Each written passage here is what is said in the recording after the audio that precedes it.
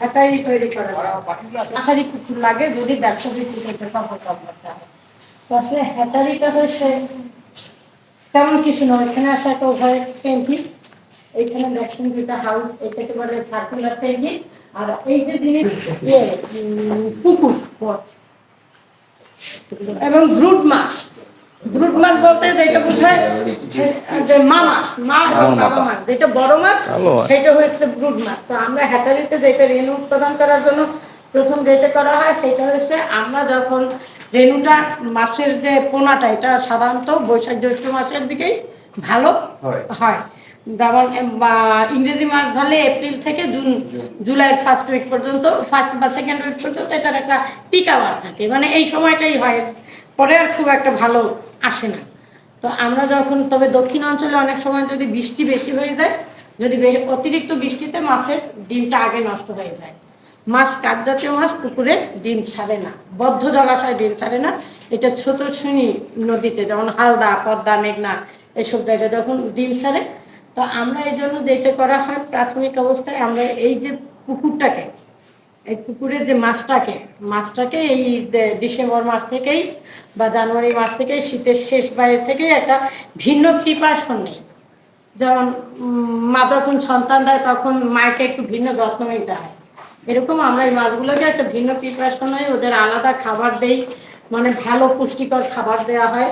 এটা বিভিন্ন প্রকার ভিটামিন দেওয়া হয়, বিশেষ করে ভিটামিন ই, তারপরে আমিষ জাতীয় খাবার যেটা মানে ফিশ মিল, এইগুলো ব্যবহার করে ওইটাকে প্রস্তুত করা হয়।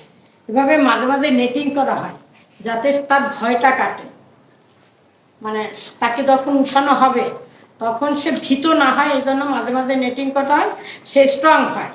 এটা করার পর যখন যেদিন আমরা মাছের ইঞ্জেকশন দেওয়া হবে সেই দিন সকালবেলা মাছটাকে ধরা হয়, ধরে হাউসে রেস্ট দিতে হয় 4 থেকে 5 ঘন্টা, অনেক সময় 6 ঘন্টা।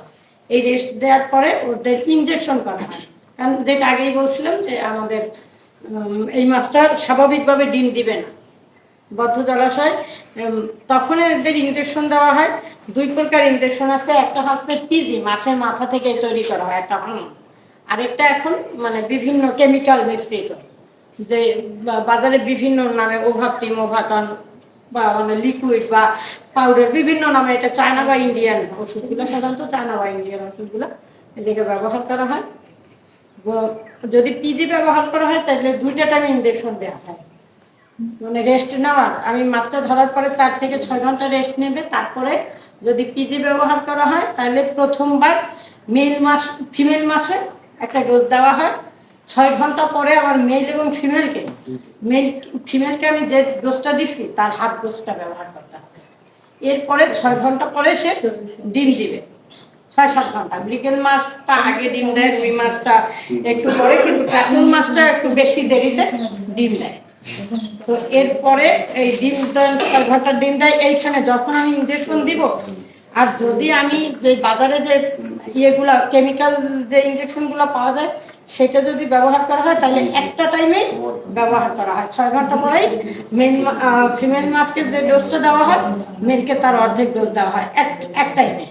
তো তারপরে দেখি যে 5-6 ঘন্টা পরে ডিম দেয়। ডিম দেওয়ার পরে এই যে এইখান থেকে ডিমগুলো সংগ্রহ করা হয়, দেখেন নিচে বিভিন্ন এই যে ছিদ্র করে দেওয়া হয়। ডিম এইগুলাই ছাড়ে, এইগুলার ভিতর না, ডিম এই যে এইখানে আমার মাছটা থাকবে, এইখানে এই সার্কুলার ট্যাঙ্কিতে বা এই সব জায়গায় মাছ থাকে। সার্কুলার ট্যাঙ্কিতে সাধারণত কাতল মাছটা রাখা হয়, কারণ কাতলটা একটা চ্যাপ্টা মাছ হয়। এইখান থেকে ডিমগুলাকে এমন একটা পরিবেশ সৃষ্টি করা হয় যাতে নদীর যে পরিবেশটা, এইখানে কোনো শব্দ করা যাবে না, একটু অংশ করে মানে সেরকম একটা পরিবেশ, ডিম ছাড়ার একটা আদর্শ পরিবেশ সৃষ্টি করে দিতে হয়। 6 ঘন্টা পরে যে ডিমটা ছাড়ে সেইটা আমরা বোতলে সরাই নিই, মানে বোতলে দিলে ওইখানে